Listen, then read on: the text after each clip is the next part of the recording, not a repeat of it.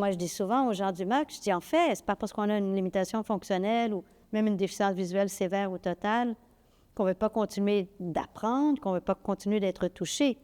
Le grand défi, c'est si on ne voit pas l'image, est-ce qu'on va vivre l'émotion? Bienvenue. Dans le cadre de la 19e édition de la Biennale d'art contemporain, le MAC et Momenta co-présentent l'exposition collective Éloge de l'image manquante.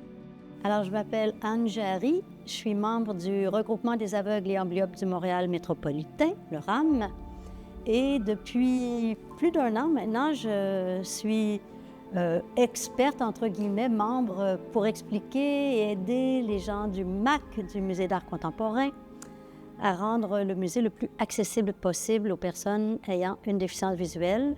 Alors, on rentre et puis il y a comme des estrades avec un match de foot qui présente la bêtise humaine, en fait, parce que c'est un match qui présente une réconciliation entre la France et l'Algérie après le colonialisme de la France en Algérie après tant d'années. Et on voit qu'après quelques temps, l'avance des Français crée une émotion difficile pour les Algériens et puis le terrain se retrouve avec beaucoup de déchets et le match doit être interrompu.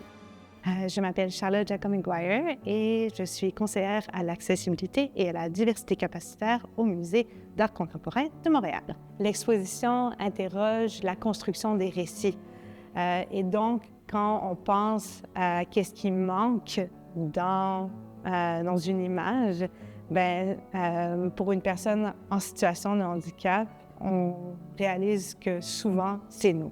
Le travail, c'est vraiment de s'assurer que l'on fait le tour de la question. Qu'est-ce qu'on peut faire pour que le musée soit le plus accessible possible aux personnes aveugles et malvoyantes? J'aime dire que ça se divise un peu en deux. Un côté, c'est les artistes de la diversité capacitaire et de l'autre côté, c'est de travailler à faire de l'accessibilité quelque chose de naturel par l'audio-description, par les capsules en LSQ et en ASL, en braille, cartable avec des gros caractères.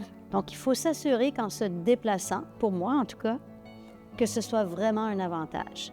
Et je vous dirais que pour que ce soit vraiment un avantage, souvent j'aime les visites de groupe. J'aime avoir la chance de discuter de l'événement avant, pendant, après, qu'il y ait peut-être un conférencier aussi qui a réalisé l'expo, avec qui on peut s'asseoir, poser des questions.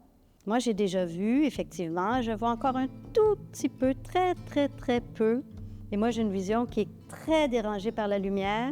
J'ai ce qu'on appelle un nystagmus qui a été ajouté à ma déficience visuelle il y a environ 5 ans. Et j'ai pas une réponse facile parce que je sais que lorsqu'on voit, il y a comme une espèce de décharge électrique dans le cerveau qui fait que tu dis « wow ».